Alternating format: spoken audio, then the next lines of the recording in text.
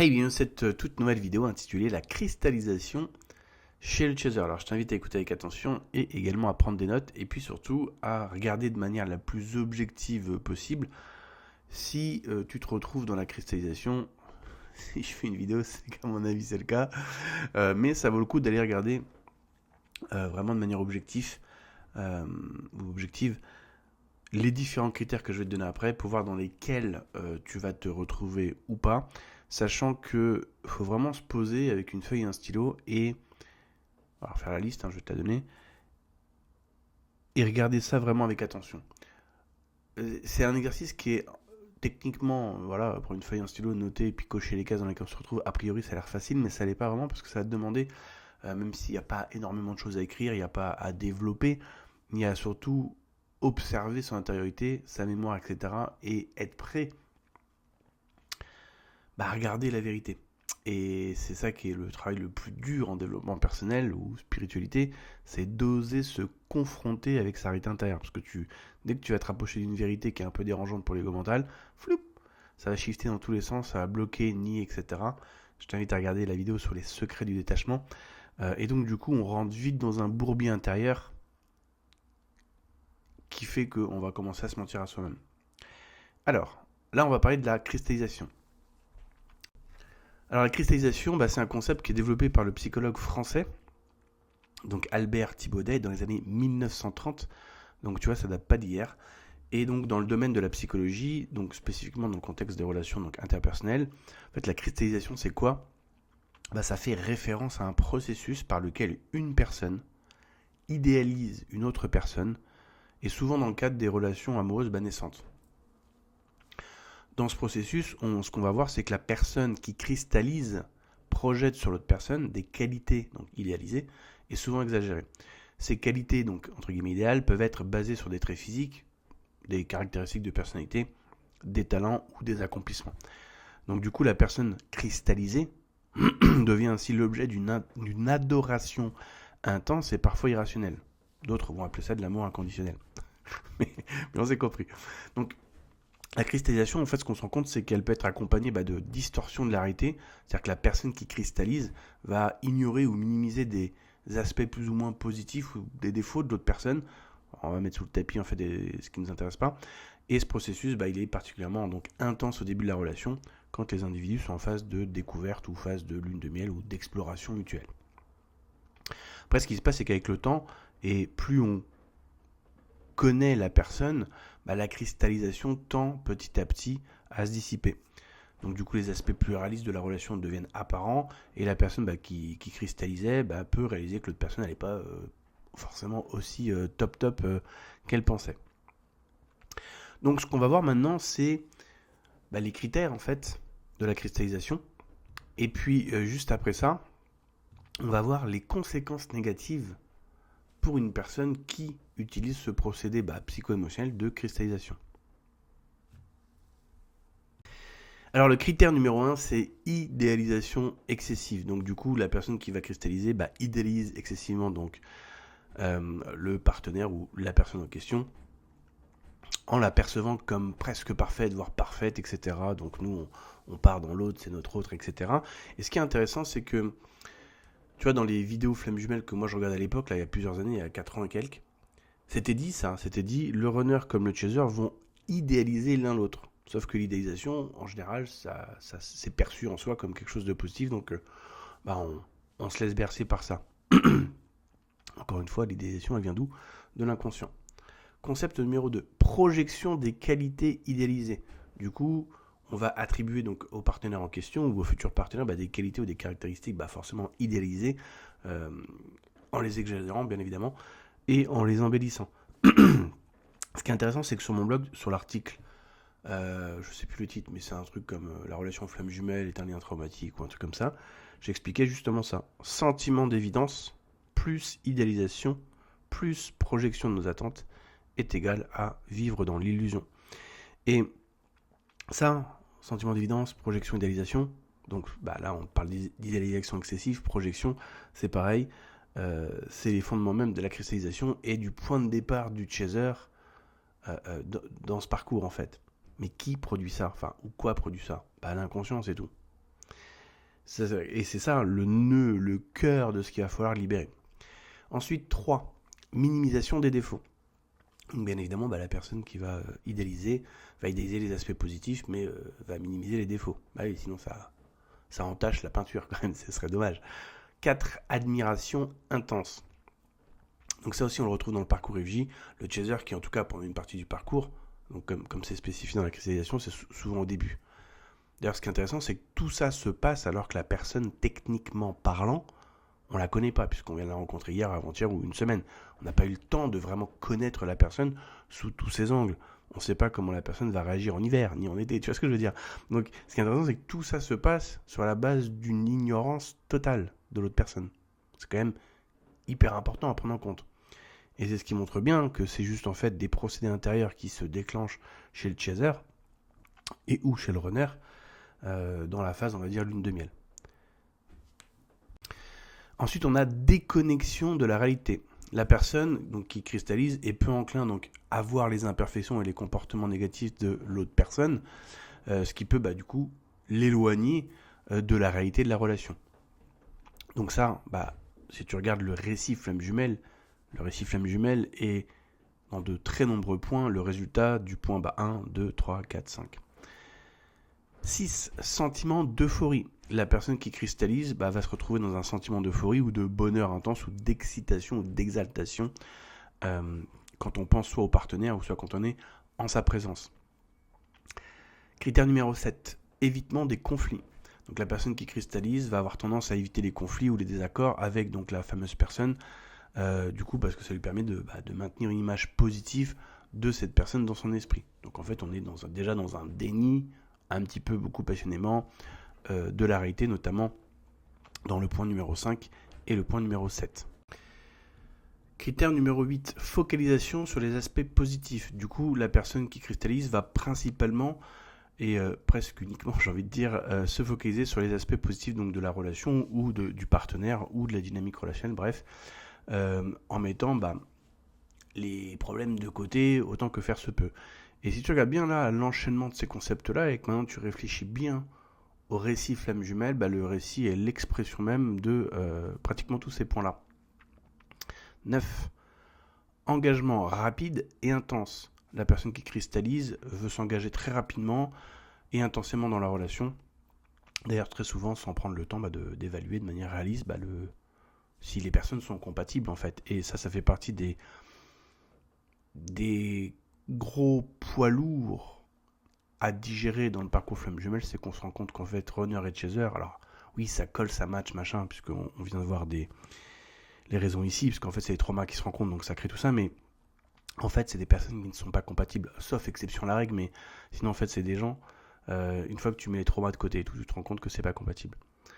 10. Résistance à la critique. La personne qui cristallise a du mal à accepter les critiques ou les feedbacks constructifs concernant soit le partenaire, soit la dynamique relationnelle, parce que du coup, qu'est-ce que va faire la personne qui cristallise ? La personne, elle va défendre très fermement l'image idéalisée du partenaire ou de la relation. Alors maintenant, voyons les conséquences négatives de la cristallisation. Donc le premier critère, c'est la déception et la désillusion, puisque du coup, à un moment donné, on va se rendre compte que la relation ne correspond pas aux attentes idéalisées. Donc du coup, on peut rentrer dans la déception et la désillusion, et surtout avant, en fait, comme il y a une différence abyssale entre ce qu'on croit et puis ce qu'on se met à voir, en fait, une fois que la lune de miel est passée, on risque de rentrer donc dans la dissonance cognitive pendant un certain temps, et donc également dans le déni. Rupture difficile, donc du coup, si la personne réalise que son partenaire n'est pas aussi parfait que ce qu'elle avait imaginé, ça peut rendre donc la rupture de la relation difficile et douloureuse, d'autant plus que, justement, qu'est-ce qui ressort très souvent de la part des chasers, c'est « je ne peux pas envisager l'idée que je me sois trompé ». Donc du coup, plus vite on coupe la relation, plus vite ça veut dire qu'on a admis visiblement s'être trompé. Comme il ne veut pas le faire, du coup ça prolonge cet état de j'essaye de faire en sorte que ça marche, même si ça marche pas, parce que je veux pas me rendre compte, en fait, c'est une des raisons, que je me sois trompé. Difficulté à résoudre les conflits. La cristallisation donc peut rendre difficile la résolution de conflits, puisque la personne idéalise l'autre, donc du coup va de l'autre côté minimiser les défauts ou les erreurs du partenaire ou les dysfonctionnalités. insatisfaction relationnelle. Du coup, quand la réalité de la relation ne correspond pas aux attentes idéalisées, ça peut entraîner une insatisfaction ou un malaise dans la relation, parce qu'on se rend compte que finalement, il y a en fait plein de choses qui ne collent pas en fait. Et donc, du coup, on retombe encore une fois un petit peu sur la dissonance cognitive. Ensuite, on a développement d'une vision idéalisée de l'amour. Donc, la cristallisation, elle peut contribuer donc, au développement de cette vision idéalisée de l'amour, ce qui peut rendre difficile pour la personne qui cristallise de maintenir des attentes donc réalistes dans ses relations futures. Et ça, c'est un point hyper clé dans le parcours flamme jumelle, et c'est ce que j'explique à toutes les personnes qui viennent dans mon coaching de 3 mois, donc qui est intense, etc. Je leur dis à un moment donné, il va falloir modifier la perception ou l'idée ou la vision qu'on se fait de l'amour, qui est basée sur un mix entre Disneyland et les films de science-fiction, et qui provient de l'enfance en fait.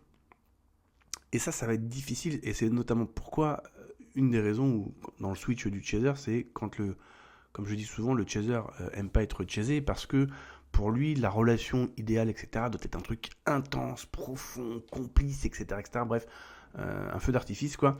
Sauf que quand bien même ça serait le cas avec une relation saine, et je leur dis toujours ça, je leur dis, mais regarde par exemple les gens qui gagnent à l'euro million. Moi, je me suis intéressé à ça. Tu vas te rendre compte que le jour où tu te rends compte que tu as tous les chiffres gagnants, oui, si t'es pas mort d'un AVC, d'une crise cardiaque, t'es en train de danser sur ton lit, tu vois, t'es en mode pompe up et tout, ouais, je gagne 25 millions, je sais pas combien, mais cet état-là, il peut pas perdurer. Il va peut-être durer 2, 3, 4, 5 jours, etc., une certaine euphorie et tout, et encore, parsemé de moments où tu reviens à... peut-être tu vas passer l'euphorie au doute parce que t'es pas sûr, est-ce que vraiment, je lis bien les bons chiffres et tout. Après, tu es passé dans la peur parce que tu dis putain, le ticket il est où? Ah oui, toujours dans ma poche. Ça va, enfin tu vois, il y a plein de trucs. Mais bref, cet état d'euphorie, il perdure pas quand tu interviews les gens 2-3 ans après avoir gagné. Alors certes, leur vie a changé et tout ça, c'est génial pour eux. Mais au quotidien, ils sont redevenus entre guillemets normaux, tu vois.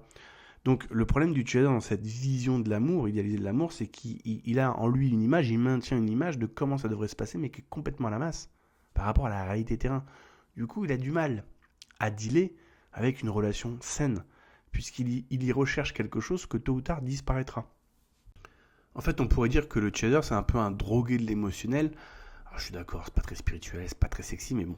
Alors que ce qui est en train de sortir en ce moment, de plus en plus, notamment de la part de spécialistes des relations, etc., c'est de dire, et si l'amour n'était pas qu'un ressenti, mais aussi la décision d'aimer ton partenaire sur une base quotidienne ou régulière, c'est-à-dire de faire un choix conscient et délibéré, de continuer de mettre de l'eau au moulin pour qu'il puisse tourner.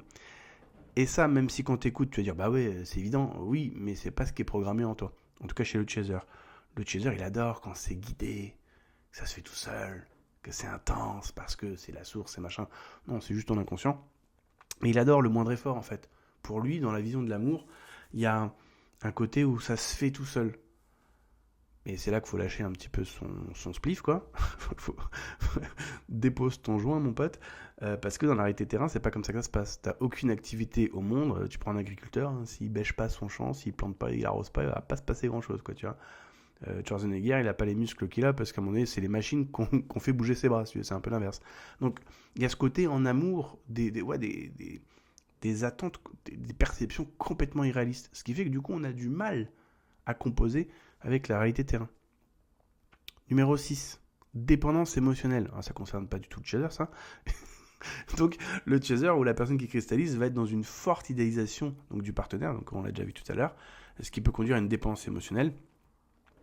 Et du coup, la personne se sent incapable de fonctionner donc sans la présence ou l'approbation de son partenaire. Bon, là, c'est complètement pas le cas du chaser. Hein. Dès que le runner est plus là, c'est la nuit noire de l'âme, peu cher. Isolement social. La personne peut, donc qui cristallise, à un moment donné, se retirer socialement ou négliger d'autres relations importantes en raison de sa focalisation excessive donc sur son partenaire, qui donc est idéalisé. Ça aussi, on le retrouve très, très, très clairement dans le parcours flamme jumelle. Si t'es dans cette étape-là, c'est pas grave. Encore une fois, c'est pareil. Quand tu regardes tous ces critères-là, ou même tout ce que je dis sur le blog, même si c'est des trucs qui te donnent envie de me balancer les tomates à la gueule, c'est ce que ça peut arriver, c'est pas grave. L'idée, c'est de reconnaître les paramètres, puis ensuite de les travailler. C'est là où tu es dans ton pouvoir. Juste nier, bloquer ou dire rien qui n'est pas vrai, le problème, c'est que tu te condamnes toi-même, parce que si en général, tu nies ou tu bloques quelque chose, pas tout le temps le cas, mais quand même, en général, ça veut dire qu'il y a quelque chose à bosser. Baisse de l'estime de soi. Quand la réalité donc, de la relation devient évidente et que l'idéalisation se dissipe, la personne peut avoir une baisse de l'estime de soi pour plusieurs raisons, notamment le chaser, il va se dire mais en fait je peux pas me faire confiance en fait parce que j'étais persuadé que c'était la bonne personne, après j'ai nié que ça le soit pas, et là je me rends compte que c'est pas la bonne personne, donc en fait je suis complètement perdu en moi-même quoi. Ensuite on a cycle de relations instables. Donc la personne qui cristallise, ça peut contribuer à un cycle de relations instables où la personne idéalise rapidement un nouveau partenaire sans vraiment apprendre des erreurs du passé. Donc on va relancer les mêmes cycles, ce que j'appelle des cycles répétitifs. Et c'est pour ça que je dis à mes clients, je fais attention quand tu guéris de ton parcours dit flamme jumelle et tout, et que tu repars dans le dating, tu peux rencontrer ce que j'appelle des relents runners, c'est-à-dire des profils similaires. Je dis, c'est là qu'il faut être vigilant, donc présent, donc aware comme dirait Van Damme, c'est-à-dire quels sont les signes justement précurseurs quand tu rencontres cette personne-là? Connexion par le regard, connexion par le toucher, c'est un truc de malade. Non, c'est juste ton inconscient qui te redit, tiens, nous avons en face de nous une personne qui nous permet, nous, de jouer des cycles du passé, des choses qui sont déjà engrammées ou emmagasinées ou programmées en nous en fonction de notre passé. Du coup, nous, inconscients, on est tout content. On t'allume ton sapin de Noël, hop, cher. Donc, vas-y, feu vert. Non, c'est pas un feu vert. Enfin, c'est un feu vert pour vivre des relations toutes pourries, d'accord. Mais pour vivre ce que tu dis vouloir, pas du tout. Gros feu rouge. Donc c'est là qu'il faut être présent, détecter ces signes, c'est-à-dire tu vas pas à l'aveugle, tu es vigilant, quoi, un peu comme tu traverses la route, tu regardes à gauche, tu regardes à droite, t'as pas la peur au ventre, mais bon, tu regardes, s'il y a une voiture, tu traverses pas, et puis si c'est libre, tu traverses. Hyper important. C'est pour ça que sans libération émotionnelle ou sans technique de libération émotionnelle, c'est 10 fois plus compliqué de guérir. Et dernier critère, difficulté à maintenir donc une relation à long terme. Et ouais, parce que du coup, on a des attentes irréalistes, donc c'est ce que j'expliquais un petit peu tout à l'heure, et donc du coup, on va avoir des difficultés à accepter les imperfections de l'un et de l'autre, et la cristallisation, elle peut rendre difficile le maintien d'une relation à long terme, surtout quand c'est une relation saine. Et c'est ce qu'on voit, notamment chez le switch du chaser, etc., c'est-à-dire, face à une relation saine, le chaser n'aime pas être chasé, le chaser, il dit tout le temps, ouais, une relation saine, c'est sympa, on va s'amuser 3 mois, puis après on va se faire chier.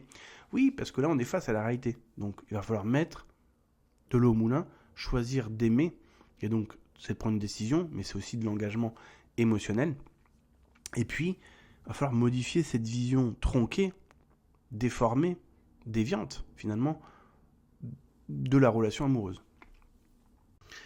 Et du coup, c'est là que c'est intéressant, c'est qu'en fait, quand tu regardes les critères et les conséquences, tu te rends compte que les critères, tout le récit flamme jumelle est basé sur ces critères-là quasiment. Et ensuite, on constate les conséquences négatives de la cristallisation. Moi, c'est ce que je constate depuis 4 ans. Alors, évidemment, on est tous à différents stages, on est tous plus ou moins restés dans différentes étapes. Mais quand moi je vois ça, je suis oui, c'est exactement ce qu'on retrouve dans le parcours dit flamme jumelle. Donc là, il y a un vrai travail de libération émotionnelle à faire, de dissolution, déprogrammation, finalement, de conditionnement du passé. Et c'est d'ailleurs tout le but de la libération émotionnelle. Et je lisais une citation d'Edgar Tolle qui disait « Mais la spiritualité, c'est pas de croire à ceci ou à cela, c'est de se désidentifier de la pensée et de l'émotion. » Et oui, parce que la pensée et l'émotion sont produites mécaniquement et automatiquement par ton ego mental sur la base de quoi ? De ce que ton caméraman, donc le mental ego, a filmé, a compris, a tamponné au cours de ton expérience, au travers des films que tu as vus, des expériences que tu as vécues, des chocs émotionnels, positifs ou négatifs, de ce que t'ont dit les personnes d'autorité, amis, famille, parents, école, etc. Et tout ça, ça forge, ça vient se cristalliser, mais d'une autre manière, ça vient s'engrammer en toi, et sur cette base du contenu de ce disque dur, et donc de lignes de code, tu vas avoir un certain nombre de pensées, de sensations, d'émotions qui vont sortir de manière automatique et mécanique en toi et qui vont te faire réagir à telle ou telle situation. C'est pour ça que quand tu sors un petit peu du parcours régie et que tu repars dans le dating, tu vas te rendre compte que ça serait pas étonnant que tu tombes sur des relents runners, c'est-à-dire que ton inconscient, c'est-à-dire que tu n'as pas fini de guérir, te fait encore cliquer, tiquer, te faire intéresser ou te rendre intéressé par genre de profil. Et c'est là que, comme j'ai dit tout à l'heure, il faut être conscient et savoir s'en désengager. Pourquoi ? Parce que plus tu travailles sur la libération émotionnelle, plus tu te désidentifies de la pensée et l'émotion, et plus tu redeviens conscient. Parce que là, tout le monde se croit conscient, mais en fait, la vérité, c'est que tout le monde est semi-conscient.